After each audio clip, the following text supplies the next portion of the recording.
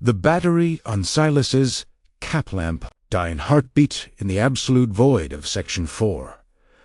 3,000 feet beneath the sunlight, the silence wasn't empty.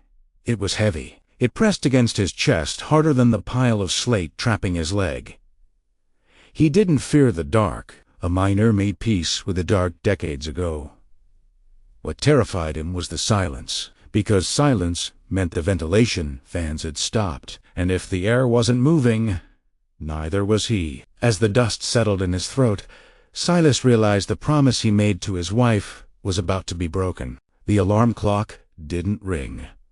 It didn't have to. Silas Thorne woke up at 3:30 a.m., just like he had for 42 years. His body was his clock, and right now, every joint in that body was screaming. The damp cold of the West Virginia morning had settled deep into his bones, a dull ache that lived in his knees and his lower back. It was the kind of pain you couldn't sleep off, the kind that reminded you that you were mortal. He swung his legs out of bed, the floorboards creaking under his weight. The house was quiet. Beside him, Martha was asleep, her breathing soft and rhythmic. He paused for a moment, just watching the rise and fall of her shoulder under the quilt.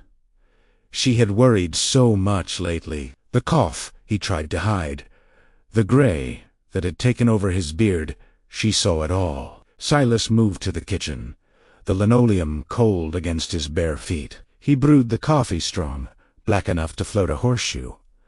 The ritual was important. The putting on of the boots, the packing of the dinner buckaboloni sandwich, an apple, a thermos of water. It wasn't just breakfast, it was armor. You didn't walk into the mountain unprepared. The drive to the mine was a blur of winding blacktop and headlights cutting through the fog. The mist hung low over the hollows of McDowell County, thick as cotton wool. Silas loved these hills, even as they tried to kill him. 'Tis was home. This was where his daddy was buried, and his daddy before him. He pulled into the gravel lot of the Black Bear mine. It was already bustling. Pickup trucks rusted around the wheel wells, lined up like soldiers. The air here tasted different. It tasted of diesel, sulfur, and whetstone. Men were gathering near the bathhouse, cigarettes glowing like fireflies in the Predin gloom. "Morning, Silas," a voice called out. It was Jeb, a young kid, barely 22. He had clean hands and bright eyes, green as the spring grass. He hadn't been underground long enough for the coal to stain his skin permanently. "Morning, Jeb," Silas grunted, grabbing his hard hat from the back seat. "You check your self-rescuer today?" "Always do. Old-timer," Jeb grinned. "You counting down the days?" "4 shifts left," Silas said, looking at the towering hoist frame against the graying sky. "4 shifts, and I'm trading this rock dust for fishing bait." They walked into the lamp room together. The smell of charging batteries was sharp and metallic. Silas clipped the battery pack to his belt, feeling the familiar weight drag down his hips. He ran his thumb over his brass tag number 409. He hung the check-in tag on the board. That tag was his life. If that tag was on the board, he was underground. If it wasn't, he was safe. The cage ride down was the part Silas hated the most. Not the work, not the dark, but the transition. 20 men packed shoulder to shoulder in a steel elevator, descending into the throat of the earth. The cage rattled and banged against the guide. The air pressure changed, popping his ears. The temperature rose, the natural heat of the earth wrapping around them. When the cage gate clattered open at the bottom, they stepped into another world. The bottom was a city of tunnels, lit by strings of yellow bulbs that stretched into infinity. The ceiling was low, barely 5 feet in some places. You walked with a hunch, a permanent bow of respect to the geology above you. "All right, boys, let's get that coal moving," the foreman shouted over the hum of the conveyor belts. Silas climbed into the man-trip, a low-riding electric cart that would take them 3 miles back to the working face. The wheels screeched on the rails. As they ventured deeper, the lights faded away, leaving only the beams of their cap lamps to cut through the eternal night. While Silas was traveling 3 miles into the crust of the earth, the sun was just cresting the ridge above the town of Hollow Creek. Martha Thorne sat at her kitchen table, her hands wrapped around a warm mug of tea. The house felt too big when Silas was gone. It felt fragile. She looked at the calendar on the wall. 4 days. She had circled the date in red ink. Friday, the day Silas would hang up his belt for the last time. They had plans. Small plans, but they were theirs. A trip to see their grandson in Ohio. Maybe fixing up the porch. Just sitting together without the fear that the phone would ring with bad news. She remembered the first time she saw Silas. He was covered in soot, standing outside the company's store, laughing with his friends. His teeth looked so white against the black dust on his face. He looked like a giant then, strong enough to hold up the sky. Now he was tired. She heard him at night, the way his breath caught in his chest. The doctor called it early stages, but Martha knew what black lung looked like. She had watched her father wither away from it. She opened the bills piled on the counter. The heating bill, the truck payment, the pharmacy. The pension would help, but it wouldn't make them rich. Coal mining didn't make miners rich. It made them survive, but there was a dignity in it. Silas was proud of what he did. He kept the lights on for half the state. Martha stood up and walked to the window. She looked toward the mountain. She often caught herself talking to it. "Be good to him," she whispered, her breath fogging the glass. "Just give him back to me 1 more week. That's all I ask." Down in the mine, the work was in full swing. Silas was operating the roof bolter today. It was a beast of a machine, a dual-head drill that shoved 6-foot steel bolts into the ceiling to bind the layers of rock together. It was the most important job in the mine. If the roof wasn't bolted right, the mountain came down. The noise was deafening. The hydraulic drills screamed as they bit into the sandstone. Dust swirled in the beam of Silas's light, thick and glittering. A wore a mask, but the fine powder found its way in. It coated his eyelashes, his neck, the inside of his nose. Jeb was working the shuttle car, hauling the cut coal from the face to the belt. Every time he passed, he gave Silas a thumbs up. Silas watched the kid. Jeb was reckless, moving too fast. He reminded Silas of himself 30 years ago, back when he thought he was bulletproof. "Slow it down, son," Silas signaled with his light, waving it side to side. Jeb just grinned and revved the electric motor, kicking up a cloud of dust. Silas wiped the sweat from his eyes. The air was thick today. Heavy. He paused, turning off his drill for a second. He listened.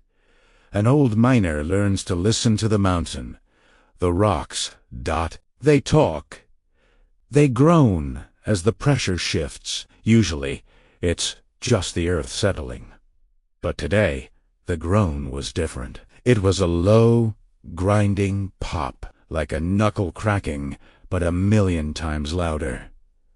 He looked up at the roof. The straight of the layers of rock looked solid. But Silas felt a vibration in his boots. Tremor. It happened at 11:14 a.m.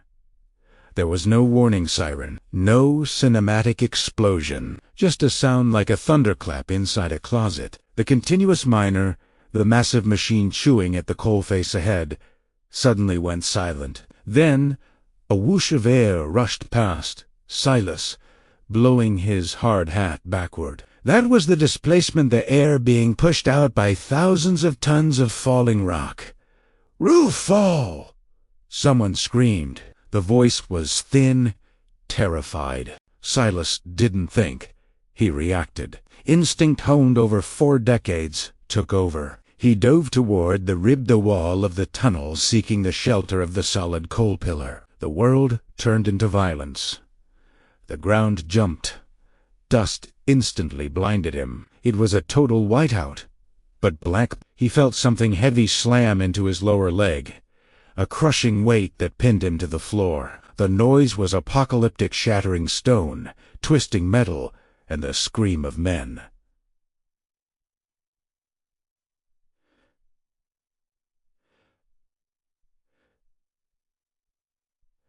Then silence. The absolute, ringing silence of the deep. Silas coughed, his lungs burning. He tried to move, but his right leg was immovable. He reached down, his hand meeting jagged rock where his shin should be. Pain, hot and electric, shot up his spine. "Sound off." Silas rasped. His voice sounded small. "Sound off." "Who's alive?" "I'm here," a voice whimpered from the dark. It was Jeb. "Silas, I can't see." "Turn your light on." "Boy," Silas said, gritting his teeth against the pain. "It's broken. My lamp is smashed." Silas reached up to his own helmet. He clicked the switch. A beam of light cut through the suspended dust. It revealed a nightmare. The tunnel they were in was gone. Just 20 feet ahead, a wall of rubble blocked the path. Behind them, where the shuttle car had been, the roof had come down in a massive slab. They were in a pocket, a bubble of air maybe 30 feet long and 12 feet wide. "Where are the others?" Jeb asked, his voice rising in panic. He crawled towards Silas, his face a mask of blood and soot. "Other side of the fall, hopefully." Silas lied. He knew the crew was likely cut off, or worse. But he couldn't tell the kid that. Not yet. Silas assessed the situation. He was pinned. Jeb was battered but mobile. The air was still dusty, but he could breathe. That meant the ventilation was cut. But the bad air, the methane, hadn't filled the pocket yet. "Jeb," Silas said, his voice steady. "Listen to me. Come here. I need you to check the water line." The water line. Jeb was shaking. "Silas, we're buried. We gotta dig." "You ain't digging through that with your bare hands." "Son, check the water line. If it's broken, we got no water. If it's intact, we can signal." Jeb stumbled over to the yellow pipe running along the rib. It's bent, but it looks okay." "Good. Now find me a wrench. Or a rock. We gotta make noise." The pain in Silas's leg was becoming a roar. He leaned his head back against the coal. The smell of sulfur was strong. He closed his eyes for a second and saw Martha's face. She would be making lunch right now. She wouldn't know. Not yet. The phone at the mine office hadn't rung yet, but soon the sirens would start wailing across the valley. And she would know. Time dissolves underground. There is no sun to mark the hours. There is only the battery life of your cap lamp and the beating of your own heart. Silas guessed they had been trapped for 3 hours, maybe 4. The dust had settled, leaving the air clear but stale. The oxygen was finite. They were breathing in what they had breathed out. Jeb was curled up near the blocked exit, shivering. Shock was setting in. "I'm gonna die here," Jeb whispered. "I'm never gonna see my girl again." "Stop that," Silas snapped. "You ain't dying today. You hear me. I didn't spend 40 years in this hole to let a rook like you die on my last week. My leg—" "Silas, your leg," Jeb pointed. Silas looked down. The blood had pooled, black and sticky in the coal dust. He had used his belt as a tourniquet, cranking it tight until the world spun. But he was losing fluids. He felt cold. So cold. "Bang on the pipe," Jeb Silas commanded. 3 hits. Pause. 3 hits. Clang. Clang. Clang. The sound traveled through the metal pipe, vibrating through the rubble, hopefully reaching the ears of a rescue team miles away. "Tell me about her," Silas said, trying to keep Jeb focused. "Your girl." "Sarah," Jeb said, his voice trembling. "We're supposed to get married in June. She wants a big wedding. I told her we couldn't afford it." He choked back a sob. "I should have told her yes. I should have just said yes." "You'll tell her yes when you get out," Silas said. "You'll buy her the biggest damn cake in the county." Silas's vision was blurring. The shadows seemed to be moving. He saw shapes in the corners of the tunnel. Tall shapes. Men with pickaxes. He blinked, and they were gone. The ghosts of the mine. His father used to talk about them. The Tamana, the spirits that warned you of danger. "They're late," Silas mumbled. "Who?" Jeb asked. "The rescue team. They're late." Silas felt a coughing fit coming on. He tried to suppress it, but his lungs convulsed. He hacked, his body shaking, sending fresh waves of agony through his trapped leg. When he pulled his hand away from his mouth, it was speckled with red, the black lung. It was catching up to him, even here. Was tirade. So incredibly tired. It would be easy to sleep. Just close his eyes and let the dark take him. The pain would stop. The worry about the bills would stop. No. He grabbed a piece of slate and dug it into his palm until it cut the skin. The sharp pain focused him. "Jeb," Silas whispered. "Come here." The boy crawled over. If I don't make it," Silas said, grabbing Jeb's collar. "You tell Martha, you tell her I wasn't scared. You tell her I was thinking of the porch. Tell her I fixed it in my mind." "Don't talk like that, Silas." Jeb was crying now. "You're the tough one. You're the Iron Man." "Iron rusts, son." Silas smiled weakly. "Iron rusts." Suddenly, a sound. Not the pipe, not the mountain groaning. A thump. Low and rhythmic thump. Dot dot dot. Thump. Dot dot dot. Thump. Jeb's head snapped up. "Did you hear that?" "Hush," Silas hissed. Thump. Thump. It was coming from the other side of the fall. It was the sound of a heavy machine. A scoop, or maybe a rescue drill. "They're here!" Jeb screamed. "We're here! We're in here!" He grabbed the wrench and hammered the pipe like a madman. Clang, clang, clang. Silas felt a tear slide down his coal-stained cheek. The cavalry, the brotherhood. They hadn't left them. The rescue wasn't quick. It took another 6 hours to breach the rubble. 6 hours of Silas drifting in and out of consciousness. 6 hours of Jeb keeping him awake by asking about fishing, about trucks, about anything. When the first hole punched through the debris, a beam of light shot into their tomb. It was the most beautiful thing Silas had ever seen. It was brighter than the sun. "Identify." A voice boomed through the gap. "Thorne and Miller," Jeb shouted. "Silas is hurt bad. Leg pinned." The rescuers worked like surgeons.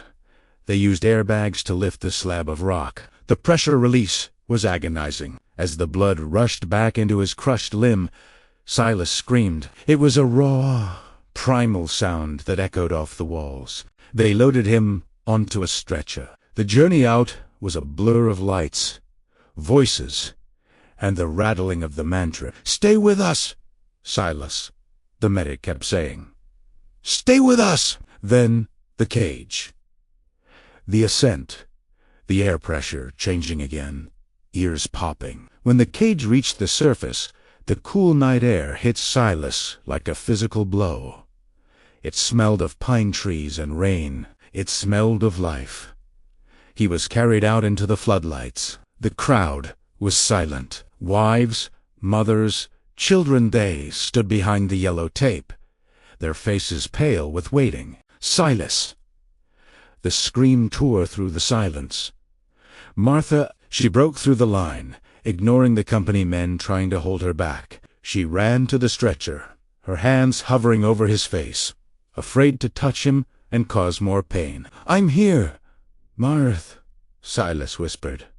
His voice was like gravel, barely audible. "I'm here." She grabbed his hand, pressing it to her cheek. Her tears washed away the coal dust on his knuckles. "You stubborn old fool," she sobbed. "You stubborn, beautiful fool." Silas looked over her shoulder. He saw Jeb being hugged by a girl with blonde hair. The kid looked over at Silas and nodded. A silent thank you. A promise kept. 10 months later, Silas sat on the front porch.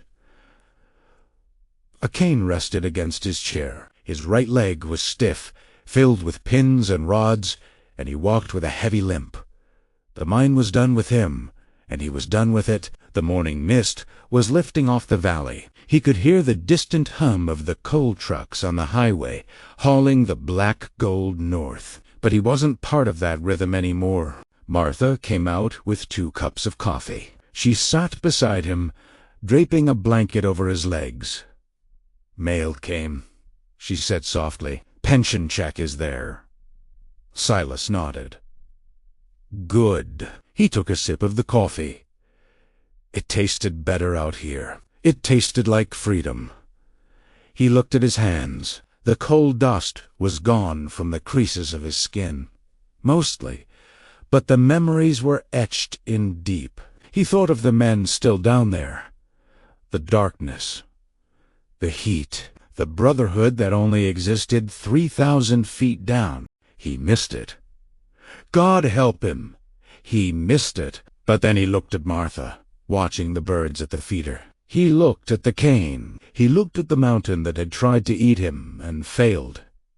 "You okay, Silas?" Martha asked, touching his arm. Silas took a deep breath. His lungs wheezed slightly, a reminder that would never leave, but the air was sweet. "Yeah, Martha." Silas smiled, squeezing her hand. "I'm just listening to the quiet. It's a good quiet." He lay on the bike, closing his eyes. Not to sleep, but just to feel the sun on his face. The mine was his history.